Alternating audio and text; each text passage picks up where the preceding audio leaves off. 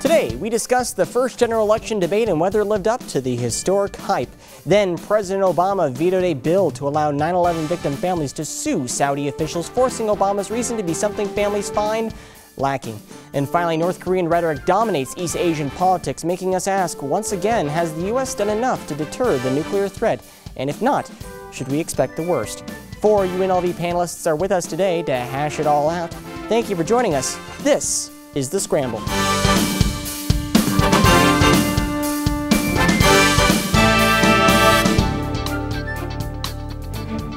Welcome and thank you for joining us. Our guests today are journalism student Briona Haney, UNLV College Republican Sean Flignor, KUNV host on Rebel HD2 Hunter Terry, and journalism student Jessica Vargas. We begin on our first topic. In Hempstead, New York, Democratic presidential nominee Hillary Clinton and Republican presidential candidate Donald Trump met for the first general election debate. And behind the curtains of the debate, media representatives were in full scurry. Analysts analyzed, political spinners spun, and reporters reported. But it is the fact-checkers that were truly not asked, but demanded to shine during the debate. It is from that point we dive into some of the comments from candidates, beginning with Hillary Clinton. Clinton commented that violent crime is one half of what it was in 1991, although true, to the FBI, violent crime has increased by 4% between 2014 and 2015. Clinton said she was glad we're ending private prisons in the federal system, while no commitment to sever ties to the for-profit prison industry has been made by the federal government. And Clinton stammered when trying to explain away DNC favoritism to her knocking back Bernie Sanders' chances at the nomination. This all said, how did Clinton do? Hunter, I want to toss it to you with this. How do you feel Clinton did at the general election debate? How do you feel her points stood out? Well, I think Hillary did very well. I think she had a much higher bar to clear, obviously, than Donald Trump. All you heard going in was, as long as Trump, acts like an adult, he'll have done his job. Whereas with Hillary, she has to stay away from coughing or from playing into any of the stereotypes, accusations we've heard. She also has to try and connect with people, which we know she can't do. She has to be amicable and friendly, and we know that that's not her strong point. So she had a lot of things she had to do besides, policy stuff. When it comes down to the actual debate, I thought her policy answers were pretty good. As far as the FBI statistic on violent crime. Thank you. Murders going up and violent crime going up since 2014. A lot of that's accounted for in just a couple of very large cities. Chicago, number one, but quite a few of that is just from large cities. As far as the Bernie Sanders thing, that's my biggest takeaway there. I think that a lot of people don't understand, or maybe don't remember, that Bernie Sanders just became a Democrat last year. And so most of the emails showed that a lot of the people in the DNC were fans of Hillary. Nothing showed collusion. Nothing showed that she was getting through or she was trying to get through and affect them, but did show they liked her more. I think that's because she spent the last 30 years establishing her credentials as a Democratic, loyalist, whereas Bernie Sanders has not. Well, there is one elephant in the room, and that is the emails. How do you feel about the emails with Hillary Clinton? It's been a 2-year story now, and there's been a lot of dumps, and when the FBI director first came out that first day, it sounded pretty bad. But then he felt the need to 2 days later come out when asked by Republicans and pretty much walk back half the things that sounded the worst. He had to walk back. Well, yeah, maybe she shouldn't have known that those were classified. The 3 of them were actually not retroactively classified, weren't marked very well, and everything was kind of middled down. So it doesn't seem like it's been a huge deal or it's going to be one. Sean, I'll throw it to you then. Looking at Hillary Clinton, between her and her opponent, do you feel like Lester Holt was fair? Do you feel like she did good on covering her topics?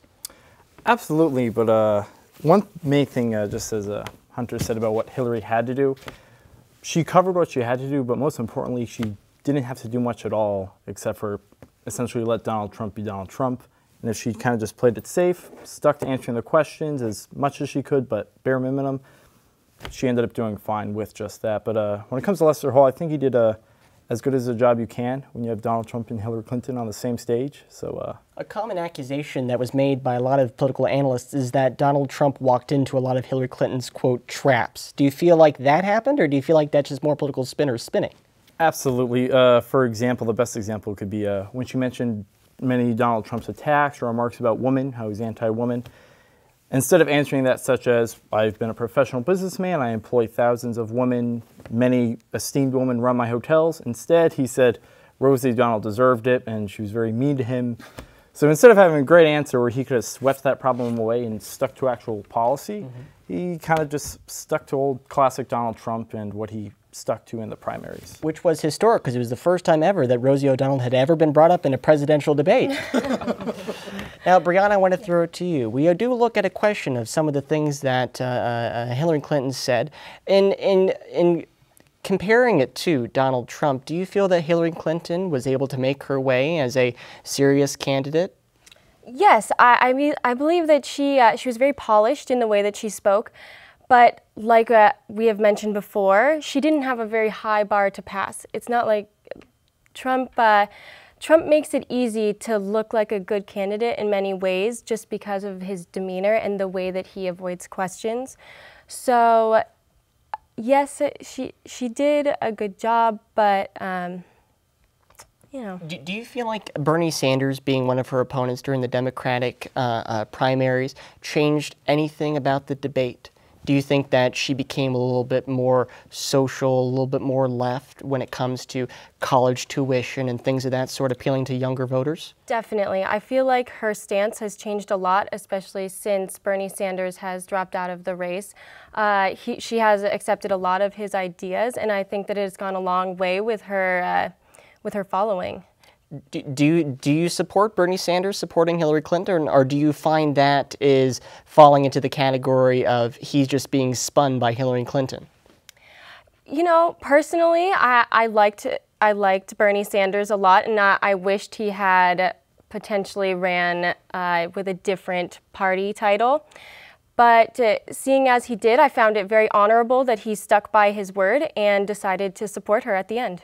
So, Jessica, I'm going to ask you about this. Hillary Clinton, do you think that she did a good job? Do you think that she had a much lower bar because of Trump? Or do you feel like this was the base at which she was able to launch herself off of, no matter what the candidate? Yes, I thought she did very well. With Trump, like everyone's mentioned again, you know, all she had to do is she was very polished, like she said, but she knew what, it seems like she had rehearsed what she was going to go over, everything she was saying. I mean, it sounded very well. The only thing with Donald Trump interrupting every time, but constantly. But that's Trump for you, right? So yeah, I thought the debate went very well. I did want to touch base on Lester. For that, I do feel that as a moderator, he should have maybe been able to control it a little bit more. I know it's a debate, and I know, I mean, they're supposed to go at it, I guess, for a little bit. But I think that when the time is up, if he kept on going over, then there was a point where he should have just gone to the next question or done something to be able to control what was going on. And I want to touch on something you brought up there. A common criticism that was made about Hillary Clinton is that she was very robotic. Do you feel like she was very robotic in the way she spoke, very teleprompter-ish? I personally don't think so. I thought that I definitely didn't see that. So for me, I think she covered everything very well. She looked good by being right there with Donald Trump. I mean. Well, going from how Hillary Clinton looked, let's look at how Donald Trump looked. Trump made his points heard, so let's dive into just a handful of his statements. Trump claimed thousands of jobs were leaving Michigan because of Ford's Mexico move, while Ford CEO Mark Fields replied 0 jobs have been lost because they are building 2 new plants in Michigan. Trump said he never called climate change a hoax, but on December 30th, 2015 on Meet the Press, he stated, quote, Obama's talking about all of this with global warming, and a lot of it is a hoax. It's a hoax. It's a money-making industry, end quote. Trump also retorted to Hillary that he too had a fact-checker on his website, like her. But upon checking during the debate, we found no fact-checking program in any form existed anywhere on his campaign site. It did crash. Is Donald Trump doing enough to defend his disputed facts from the debate? Hunter, I want to toss it to you for this. Do you feel like Donald Trump did enough? Do you feel like he just dug himself into a bigger hole? This ties back actually a little bit to our last conversation. Something I wanted to say to defend Hillary Clinton is that the bar to do better in the debate and more professional is pretty low when you're going against Donald Trump, but it's the same bar that all of the Republican candidates had to cross. And we didn't leave most of those debates saying, oh yeah, they look good, you know, Marco Rubio definitely won that debate. And I mean, this has been Trump the whole time. Going into this debate, a lot of people theorize he's going to try and act more professional, try and act like an adult, try and, you know, act presidential, if you will. And he came in the same Donald Trump he's always been. And the difference is that Hillary did pull it off. She did a good job. She stayed on message. When he tried to interrupt her, she kept talking, tried to power through it, making him sound more like a child and petulant. And so do I think Trump did enough? He didn't do anything as far as facts go. His website, okay, sorry, I'm rambling a little bit, but go for it. My point is just that when you tell lies in a debate, it's like the front page news story. If you issue a correction the next week, nobody reads that. You don't go back online and reread articles you read yesterday to see if there's any corrections. The impact of him saying something on a debate that was the most watched debate ever, 80 million people or something, it's not going to be lost very much by fact checkers, because I'll be surprised if 1 million people are fact checking, but I'm certainly not 50 or 80. So do you feel like at this point, this presidential campaign has made it that fact checkers are pretty much null? No, I guess I don't think anyone who is a diehard Trump supporter is going to care. So you just got to hope that whoever is checking the fact checkers or watching the fact checkers, hopefully they're in the middle, and it might affect them, because that's where the races be won and lost, like most presidential elections. Well then, Sean, I'm going to toss it over to you. Donald Trump, how do you think he did? Was it stellar? Was it platinum? It was, as he would say, big league. Big league. Big league. Well, I think just like what Hunter said, Donald Trump was Donald Trump, and just how he did in the primary debates, it helped him then, helped him win the primary. But this is the general election, so I mean, performing in a primary debate with 12 other guys, all of whom were trying to just get a few minutes of speaking for the whole debate, is it going to translate well against someone like Hillary Clinton, with just 2 people on that stage? And kind of in a foil against Hillary in his performance, a lot of his attacks, were just solid attacks that would work, to really kind of admire her, but he would kind of ramble on for minutes on gone and just kind of miss the attack as a whole. For example, I think when it came to the emails, he kept reiterating something about his taxes, but then he threw in the emails and never mentioned them again the whole debate. So I think it was a lot of missed opportunities and actually just a lack of preparation at all, because he even mentioned it, I'm not preparing for these debates, I'm not going to prepare for them. He bragged about it. And then at the same time, you see Hillary during the whole debate flowing and taking notes on his whole arguments, any point he made, and during the whole time he didn't take a single note during the whole debate. So then a question I have for you is something that's been brought up twice now, different Republican candidates. Do you feel like if this was Jeb Bush, if this was Marco Rubio, if this was Ted Cruz, they'd be held to a different standard, or is this a standard for a Republican candidate? Absolutely, I have to agree on that. Obviously, I'm a Republican, but I'm not Donald Trump's biggest fan, nor I am Hillary Clinton's biggest fan. So there's a lot of candidates I would have preferred to see in this debate, but I think if, say, if we're a Marco Rubio, someone who's much more polished, I think of all these candidates, probably the best debater there is after, Ted Cruz, or Jeb Bush, much polished, more cleaner candidate. I think they would have been held to a higher standard than Donald Trump, but that's kind of the reputation Donald Trump's made for himself. Well then, Briona, I'm going to toss it over to you. Donald Trump, he spoke, he spat, he said a lot. Do you feel like a lot of it stuck for you? With Donald Trump, I think that he is a unique candidate. If it had been any other Republican, he would have been scrutinized for every single thing that he said that was wrong or misleading. And I agree, he missed a lot of opportunities too. But I feel as though Donald is one just on his own. He whatever he does is the first and only to be like that. So is this a needle in a haystack situation? Do you feel like this was a perfect storm, or was it inevitable that you think that we would eventually have a candidate like Donald Trump? I think that it is a unique situation that I'm not sure anyone could have premeditated. And what I think is going on is that people would like a change in the government, and they don't exactly know how to express it. And he came around, and people got behind him because he represented something different. Now, Jessica, I'm going to ask you then. Another common criticism for Donald Trump was how much water he drank on stage. Do you feel like that sort of claim is something that holds water on the debate, or do you feel like it's just more opposition rhetoric? Well, you know what? For that, I'm not sure. I will say. With going back with Donald Trump, I mean, yeah, a lot of the stuff that he was saying, I mean, it was somewhat unnecessary. The one that really stuck with me was when he told Hillary that she's been fighting ISIS her whole life. Stuff like comments like that were just like, what? What's going on?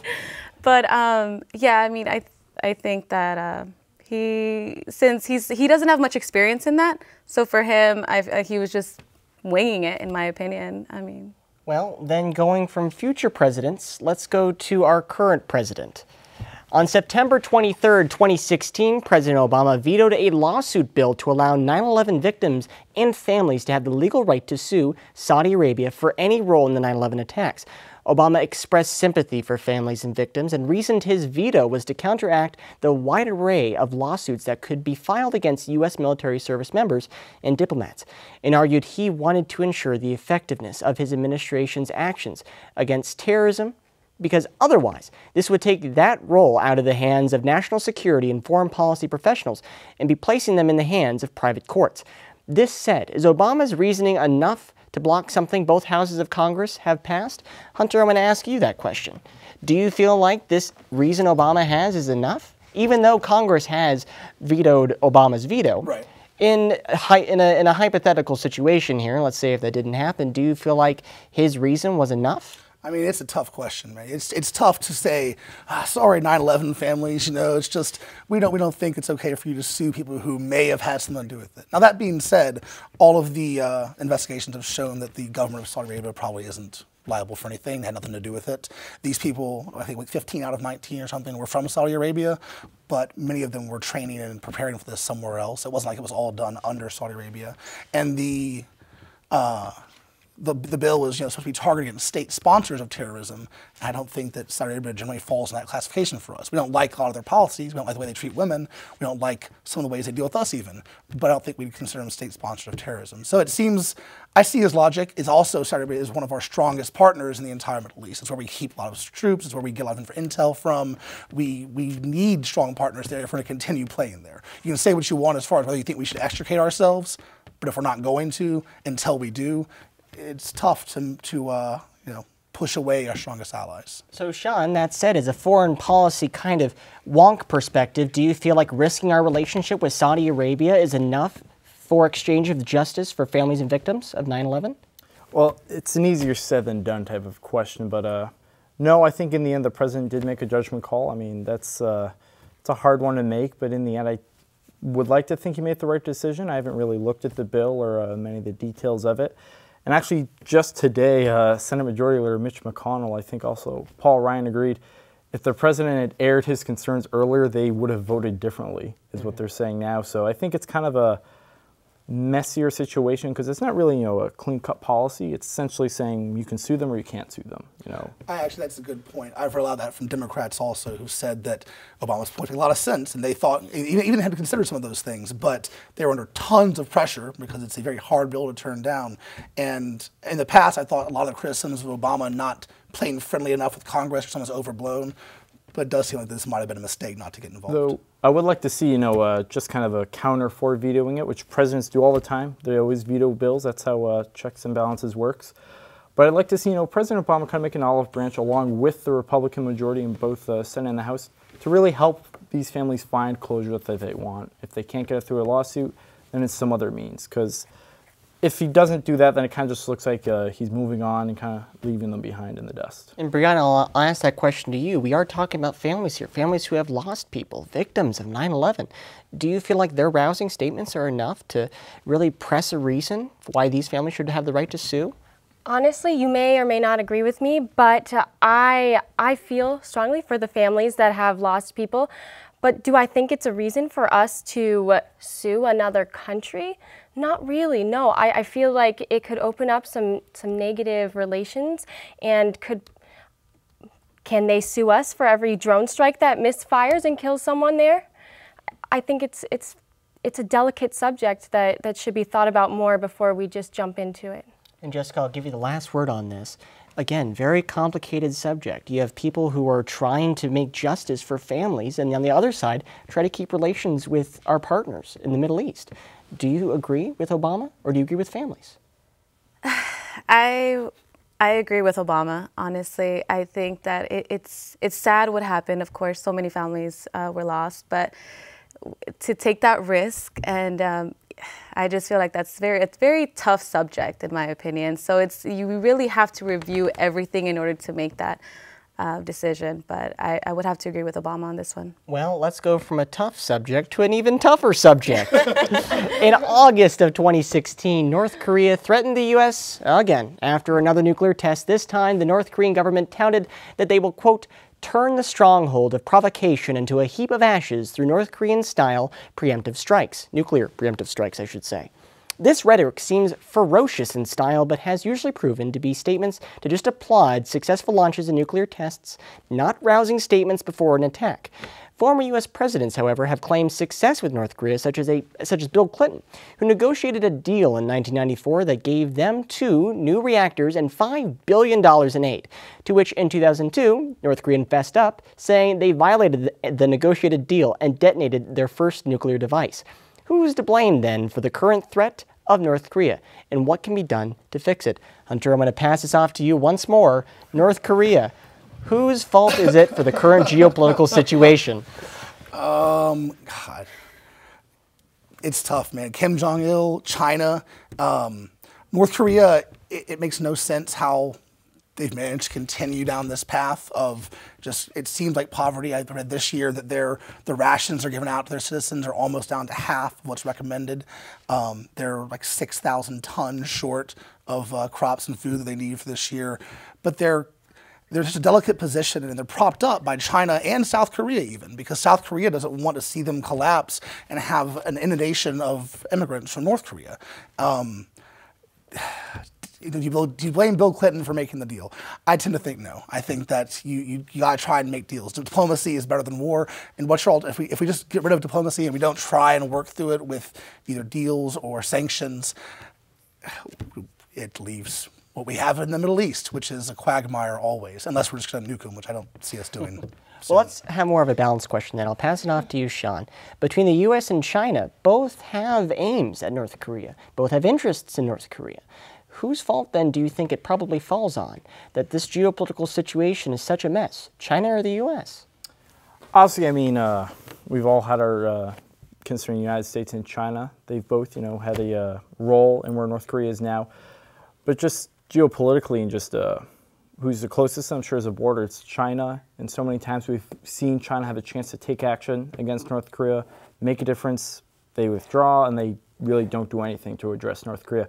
But to kind of hit Hunter's spot about Bill Clinton and, can you blame him for making that deal? I mean, yeah, you can. I mean, it was a bad deal, and we saw how it left, kind of rolled out, and North Korea admitted it didn't work, and they took advantage of us, which don't want to get too off topic, but I mean, we're talking about a deal in this past debate, the Iran deal, so it kind of makes you think, where do we stand with that? Can we trust these, I don't want to say rogue nations, but I mean, North Korea obviously is, but for example, Iran, can you trust a nation like Iran? Can you trust North Korea? Can we got to take a step back and kind of look at North Korea as, not really a country or a nation anymore, more just a leader with starving people? Well, we should take consideration, and this is a good point, something we should preface this conversation with, is that North Korea, the government, has been a determined enemy of the U.S., but it is the Korean people who are in isolation, prison, and starvation. That said, would it help if we tried to appeal to the North Korean people and not the government for a change in the nation? Or, better yet, China. So, Briona, I'm going to ask you then. We have 2 separate entities here. We have the government and we have the people. Who do you think is a better group to appeal to? One is in control and the other is in a sort of state of limbo. I think our biggest issue with that would be actually reaching the people. They are very held down, oppressed. They don't have the opportunity to reach out to us in the United States, and we don't have the opportunity to talk to them as frequently as we would like to. If we were able to, I feel like they would be a great starting point. We could give them information and a way to enforce change in the government. As it stands, we try to work with the government right now, but I don't see it working very much. Kim Jong-un is very insistent on his reign and his legacy, so it's going to be difficult. Something that we saw from North Korea that recently got leaked was about 22 of their public websites, some of which have a Truman Show-esque kind of vibe, a air travel website that wouldn't allow you to fly anywhere except for North Korea. Do you think that this stands as an example of the kind of situation that the North Koreans are in? Or do you think that this is something that they themselves can propel themselves out of? Yeah, I had no idea, to be honest. I hadn't heard anything about the websites, but now that I have, I think that it is something that definitely confines them. How can you know anything about the outside world if you're confined to only be in there? I think the people that have a good shot of reaching them is China. I know that they have a much stronger relationship with them, and they're much closer geographically.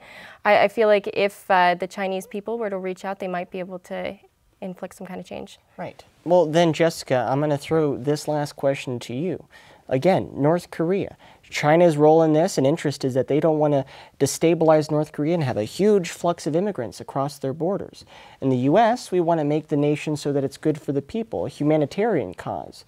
Do you feel like North Korea is in a situation of flux, or do you feel like this is something that we are probably going to see for the next couple decades?